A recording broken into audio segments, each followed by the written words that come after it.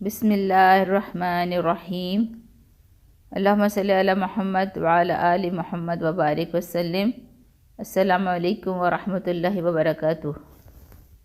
آج ہم پیارے نبی پاک حضرت محمد مصطفیٰ صلی اللہ علیہ وآلہ وسلم کی پرورش، ان کی تربیت اور رضاعت کے بارے میں پڑھیں گے، یعنی دودھ پلانے کے بارے میں آج ہم پڑھیں گے۔ آپ صلی اللہ علیہ وآلہ وسلم کی ولادت کے 3-4 روز کے تک تو آپ صلی اللہ علیہ وسلم کی والدہ نے، حضرت آمنہ نے آپ کو دودھ پلایا۔ پھر آپ صلی اللہ علیہ وسلم کے چچا ابو لہب کی ایک کنیز تھیں سویبہ، انہوں نے آپ کو اپنا دودھ پلایا۔ اچھا، سب سے پہلے یہ بتاؤں کہ بہت لوگ سویبہ کو صوبیہ کہہ دیتے، لیکن اصل تلفظ جو ہے وہ سویبہ ہے۔ اور جب سویبہ نے ابو لہب کو آپ صلی اللہ علیہ وآلہ وسلم کی پیدائش کی خوشخبری سنائی، تو ابو لہب نے اسی خوشی میں اسی وقت سویبہ کو ایک انگلی کا اشارہ کر کے آزاد کر دیا۔ اور سویبہ اس سے پہلے آپ کے سگے چچا حضرت حمزہ رضی اللہ عنہ کو بھی دودھ پلا چکی تھیں، اس لیے حمزہ رضی اللہ عنہ اور آپ صلی اللہ علیہ وسلم کے رضاعی بھائی ہیں، اور آپ صلی اللہ علیہ وسلم کے بعد سویبہ نے پھر ابو سلمہ کو دودھ پلایا۔ اب یہ جو ابو سلمہ ہیں، یہ سلمہ رضی اللہ عنہ کے پہلے شوہر ہیں، اور ابو سلمہ رضی اللہ عنہ کی وفات کے بعد سلمہ رضی اللہ عنہ نے آپ صلی اللہ علیہ وسلم سے نکاح کر لیا تھا۔ صحیح بخاری شریف میں المؤمنین حبیبہ رضی اللہ عنہ سے مروی ہے کہ میں نے ایک بار رسول اللہ صلی اللہ علیہ وسلم کی خدمت میں یہ عرض کیا کہ میں نے یہ سنا ہے کہ آپ صلی اللہ علیہ وسلم ابو سلمہ کی بیٹی درہ سے نکاح کا ارادہ رکھتے ہیں۔ تو آپ صلی اللہ علیہ وسلم نے تعجب سے فرمایا کہ سلمہ کی بیٹی سے، جو میری تربیت میں ہے، اگر میری وہ ربیبہ نہ ہوتی تب بھی وہ میرے لیے حلال نہیں ہو سکتی تھی، کیونکہ وہ میری رضاعی بھتیجی ہے۔ اب ربیبہ جو ہوتی ہے نا، ربیبہ وہ بیوی کی اس بیٹی کو کہتے ہیں جو پہلے شوہر سے ہو، یعنی کہ جس عورت سے نکاح کیا جاتا ہے تو وہ جب پہلے شوہر سے آتی ہے اور اس کی کوئی بیٹی ہوتی ہے، اس کو ربیبہ کہا جاتا ہے، اور اگر کوئی بیٹا ہو تو اس کو ربیب کہتے ہیں۔ اس لیے آپ صلی اللہ علیہ وآلہ وسلم نے فرمایا کہ مجھ کو اور اس کے باپ ابو سلمہ کو سویبہ نے دودھ پلایا ہے۔ اسی طرح ابن عباس رضی اللہ عنہ سے مروی ہے کہ نبی پاک صلی اللہ علیہ وسلم سے عرض کیا گیا کہ اگر آپ حضرت حمزہ رضی اللہ عنہ کی بیٹی سے نکاح فرما لیں تو کیسا ہے؟ تو آپ صلی اللہ علیہ وسلم نے فرمایا وہ میری رضاعی بھتیجی ہے۔ اس سے پتہ چلتا ہے کہ رضاعت کا رشتہ بھی بہت مقدس ہوتا ہے، اور جب وہ قائم ہو جاتا ہے تو پھر جس کسی نے بھی اس کے ساتھ دودھ پیا ہو کسی کا، تو وہ اور اس کی اولاد اس کے لیے حرام ہو جاتی ہے، یعنی وہ اس کا محرم بن جاتا ہے۔ اب یہاں پہ سویبہ کے اسلام لانے میں علماء کا اختلاف ذکر فرمایا ہوا ہے، اور حافظ ابو مندہ نے سویبہ کو صحابیات میں ذکر کیا ہے، واللہ اعلم۔ لیکن جب ہم ان کے بارے میں پڑھتے ہیں تو ہمیں پتہ چلتا ہے کہ نبی اکرم صلی اللہ علیہ وسلم سویبہ کا بہت اکرام فرماتے تھے، اور حضرت خدیجہ رضی اللہ عنہا سے نکاح ہو جانے کے بعد سویبہ آپ صلی اللہ علیہ وسلم کی خدمت میں حاضر ہوا کرتی تھیں، اور ہجرت کے بعد بھی مدینہ منورہ سے آپ صلی اللہ علیہ وسلم سویبہ کے لیے ہدیہ بھیجتے تھے۔ لیکن جب مکہ مکرمہ فتح ہوا تو آپ صلی اللہ علیہ وسلم نے سویبہ اور ان کے بیٹے جن کا نام مسروح تھا، تو ان کے متعلق دریافت کیا، پوچھا کہ وہ دونوں کدھر ہیں، تو معلوم کرنے پہ پتہ چلا کہ دونوں کا انتقال ہو چکا ہے۔ اور پھر نبی پاک صلی اللہ علیہ وسلم نے فرمایا کہ ان کے رشتہ داروں میں سے اگر کوئی زندہ ہے تو اس کا بتایا جائے، تاکہ اس کے ساتھ کچھ اچھا سلوک فرمایا جائے، کوئی احسان فرمایا جائے۔ تو معلوم کرنے پہ پتہ چلا کہ اب ان کے رشتہ داروں میں سے بھی کوئی زندہ نہیں۔ یہاں ایک واقعہ ابو لہب کے خواب کا بھی ذکر کیا گیا ہے، جس میں بتایا جاتا ہے کہ حضرت عباس رضی اللہ عنہ نے ابو لہب کی وفات کے 1 سال کے بعد خواب دیکھا، اور خواب میں انہوں نے دیکھا کہ ابو لہب جو ہے وہ نہایت بری حالت میں ہے۔ اس سے پوچھا کہ کیا حال ہے؟ تو ابو لہب نے کہا کہ میں نے تمہارے بعد کوئی راحت نہیں دیکھی۔ مگر صرف اتنی کہ سویبہ کے آزاد کرنے کی وجہ سے انگلی کی مقدار میں مجھے پانی پلا دیا جاتا ہے۔ اب یہ وہی انگلی ہے جس سے اشارہ کر کے اس نے سویبہ کو آزاد کیا تھا، اور یہ بھی کہا کہ ہر پیر کو میرے عذاب میں تخفیف ہو جاتی ہے، یعنی پیر جس دن حضور صلی اللہ علیہ وسلم کی پیدائش کا دن تھا۔ اور اب آ جاتے ہیں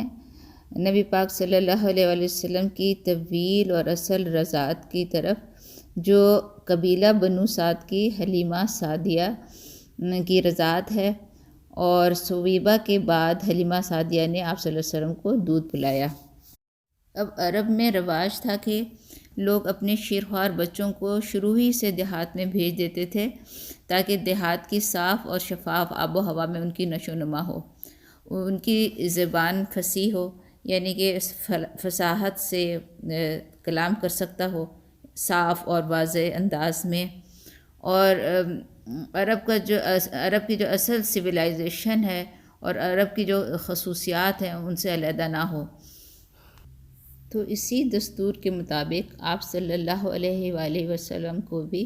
قبیلہ بنو سعد کے گاؤں میں بھیجا گیا۔ ابو بکر رضی اللہ عنہ نے ایک مرتبہ عرض کیا کہ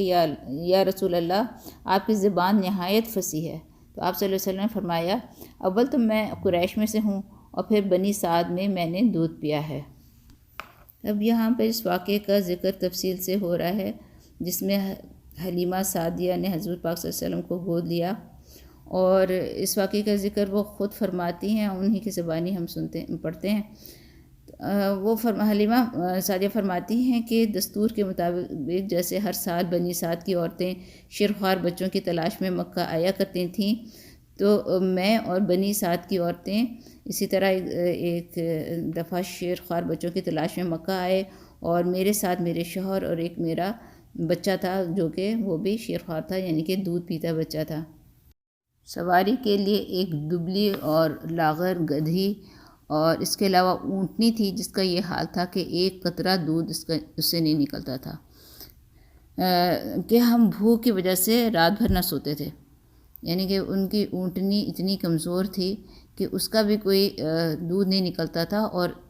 پھر وہ بھوک کی وجہ سے رات بھر نہیں سو پاتے تھے، اور بچے کا یہ حال تھا کہ تمام رات بھوک کی وجہ سے روتا اور بلبلاتا تھا۔ وہ کہتی خود میرے اندر بھی اتنا دودھ نہیں تھا کہ جس سے بچہ سیر ہو سکے، یعنی کہ اس کا پیٹ بھر سکے، اور کوئی عورت ایسی نہ رہی کہ جس پر آپ صلی اللہ علیہ وسلم کو نہ یعنی کہ تعارف کیا گیا ہو، نہ پیش کیا گیا ہو۔ مگر جب پتہ چلتا کہ آپ صلی اللہ علیہ وسلم یتیم ہیں تو وہ فوراً انکار کر دیتی تھی، یعنی کہ جس کے باپ ہی نہیں اس سے حق کو خدمت ملنے کی کیا توقع کی جا سکتی ہے، مطلب جس سے اجرت ملنے کی کوئی توقع ان کو جب نہیں ہوتی تھی تو پھر وہ لینے سے انکار کر دیتی تھیں۔ مگر یہ کسی کو معلوم نہیں تھا کہ یہ یتیم نہیں بلکہ در یتیم ہے۔ در یتیم کہتے ہیں قیمتی اور بڑا موتی۔ تو کسی کو نہیں پتہ تھا کہ یہ یعنی کہ یتیم نہیں ہے بلکہ یہ ایک قیمتی موتی ہے، اور یہی وہ مبارک بچہ ہے جس کے ہاتھوں میں کسرا کے خزانوں کی کنجیاں رکھے جانے والی ہیں۔ دنیا میں اگرچہ اس کا کوئی پالنے والا، تربیت کرنے والا نہیں ہے، کوئی جرت دینے والا نہیں، مگر وہ رب العالمین جس کے ہاتھ میں تمام زمین اور آسمان کے بے شمار خزانے ہیں، وہ اس یتیم کا والی اور متولی ہے، یعنی کہ اس یتیم کا پالنے والا ہے اور نگران ہے، اور اس کی پرورش اور تربیت کرنے والوں کو وہم و گمان سے بھی زیادہ اجرت دینے والا ہے۔ اب سب عورتوں نے تو ان شیرخوار بچوں کو گود لے لیا جن کی طرف سے ان کو امید تھی کہ ان کو اچھی اجرت مل جائے گی، اور صرف حلیمہ سعدیہ تھیں وہ خالی رہ گئیں، اور جب روانگی کا وقت آیا تو حلیمہ کو خالی ہاتھ جانا بہت ناگوار معلوم ہوا۔ اچانک غیب سے حلیمہ کے دل میں اس یتیم کے لیے نہایت قوی خواہش اور شدید تقاضا پیدا ہو گیا، اور پھر حلیمہ نے اپنے شوہر سے کہا، خدا کی قسم میں ضرور اس یتیم کے پاس جاؤں گی اور ضرور اس کو لے کر آؤں گی۔ شوہر نے کہا، اگر تو ایسا کرے تو کوئی حرج نہیں، امید ہے کہ اللہ تعالیٰ اس کو ہمارے لیے خیر و برکت کا سبب بنائے۔ برکت لغت میں خیر الہی کا نام ہے، یعنی اس خیر اور بھلائی کا نام ہے جو براہ راست اللہ کی طرف سے نازل ہو اور ظاہری اسباب کو اس میں کوئی دخل نہ ہو۔ ایک حدیث قدسی میں ہے کہ اللہ تعالیٰ فرماتے ہیں، بندہ میرے ساتھ جیسا گمان کرتا ہے میں اسی کے مطابق اس کے ساتھ معاملہ کرتا ہوں۔ تو اب حلیمہ جو ہیں اسی برکت کی امید پر آپ صلی اللہ علیہ وسلم کو لے آئیں، اور اللہ نے اسی امید کے مطابق ان پر برکتوں کے پھر دروازے کھول دیے۔ بنی سعد کی اور عورتوں نے مخلوق کی جو ہے مخلوق سے پر بھروسہ کیا، ان سے تما باندھی، اور حلیمہ نے اللہ سے امید باندھی، اللہ پر توکل کیا۔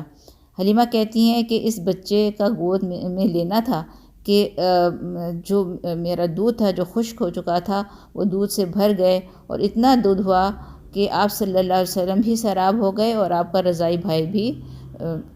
سیراب ہوا اس سے، یعنی کہ اس کا بھی پورا پیٹ بھر کے اس نے دودھ پیا۔ اور اونٹنی کا دودھ دونے کے لیے اٹھے تو کیا دیکھتے ہیں کہ تھن جو ہیں اونٹنی کے وہ بھی دودھ سے بھرے ہوئے ہیں۔ بس میں نے اور میرے شوہر نے خوب سیر ہو کر دودھ پیا اور رات نہایت آرام سے گزاری۔ اور پھر جب صبح ہوئی تو شوہر نے حلیمہ سے کہا، اے حلیمہ، خوب سمجھ لے کہ خدا کی قسم تو نے بہت ہی مبارک بچہ گود لیا ہے۔ اس پر حلیمہ نے کہا، خدا کی قسم میں یہ یقین سے کہتی ہوں کہ البتہ میں اللہ سے یہی امید رکھتی ہوں۔ اب قافلے کی روانگی کا وقت آیا اور سب سوار ہو کر چل پڑے۔ حلیمہ بھی اس خوش قسمت بچے کو لے کر سوار ہوئیں۔ حلیمہ کی وہ دبلی پتلی سواری جس کو پہلے چابک مار مار کر ہنکایا جاتا تھا، اب وہ برق رفتار ہے اور کسی طرح تھامے نہیں تھمتی، یعنی کہ وہ بہت تیز ایک طرح سے دوڑنے سے لگی۔ ساتھ والی عورتوں نے پوچھا، اے حلیمہ، یہ وہی سواری ہے؟ اس نے کہا، ہاں۔ تو عورتوں نے کہا، واللہ اس وقت تو اس کی شان ہی جدا ہے۔ پھر وہ کہتی ہیں کہ اس طرح ہم بنی سعد میں پہنچے۔ اس وقت بنی سعد کی سرزمین میں زیادہ کسی جگہ قحط نہ تھا، یعنی کہ جو یہ واقعہ ہوا تھا نا، اس سے کہتے ہیں کہ 1 سال پہلے وہاں پہ قحط پڑا تھا بنو سعد میں۔ تو قحط کی وجہ سے وہاں کے جو زمین تھی، میدان تھے، وہ سوکھ گئے تھے اور وہاں پہ کوئی سبزہ نہیں تھا اور وہ شادابی نہیں تھی۔ لیکن اس واقعے کے بعد سے جب حضور پاک صلی اللہ علیہ وسلم کو گود لیا تھا تو جب وہ ان کی بکریاں اب چرنے جاتی تھیں اور پھر چراگاہ سے واپس آتی تھیں تو دودھ سے بھری ہوئی ہوتی تھیں، اور ان کے دوسری بکریاں بالکل بھوکی آتی اور ان کے تھنوں میں ایک قطرے کا دودھ نہ ہوتا تھا۔ تو یہ دیکھ کر لوگوں نے اپنے چرواہوں سے کہا کہ تم بھی اس جگہ چرایا کرو جہاں حلیمہ کی بکریاں چرتی ہیں، اور پھر ایسے ہی کیا گیا۔ مگر پھر بھی یہی ہوا کہ شام کو حلیمہ کی بکریاں تو پیٹ بھری ہوئی دودھ سے لبریز آتیں اور دوسری بکریاں جو تھیں وہ بھوکی واپس آتیں اور ان کے تھنوں میں کوئی قطرہ نہ ہوتا، دودھ کا کوئی قطرہ نہ ہوتا۔ تو حلیمہ کہتی ہیں کہ اللہ تعالیٰ ہم کو اسی طرح خیر و برکت دکھلاتا رہا اور ہم اللہ کی طرف اسی طرح خیر و برکت کا مشاہدہ کرتے رہے۔ اسی طرح جب 2 سال پورے ہو گئے تو میں نے آپ صلی اللہ علیہ وسلم کا دودھ چھڑوا دیا، اور پھر جب 2 سال پورے ہو گئے تو حلیمہ آپ صلی اللہ علیہ وسلم کو لے کر مکہ آئیں تاکہ حضرت آمنہ کی امانت ان کے حوالے کر دیں۔ مگر آپ کے مبارک وجود کی وجہ سے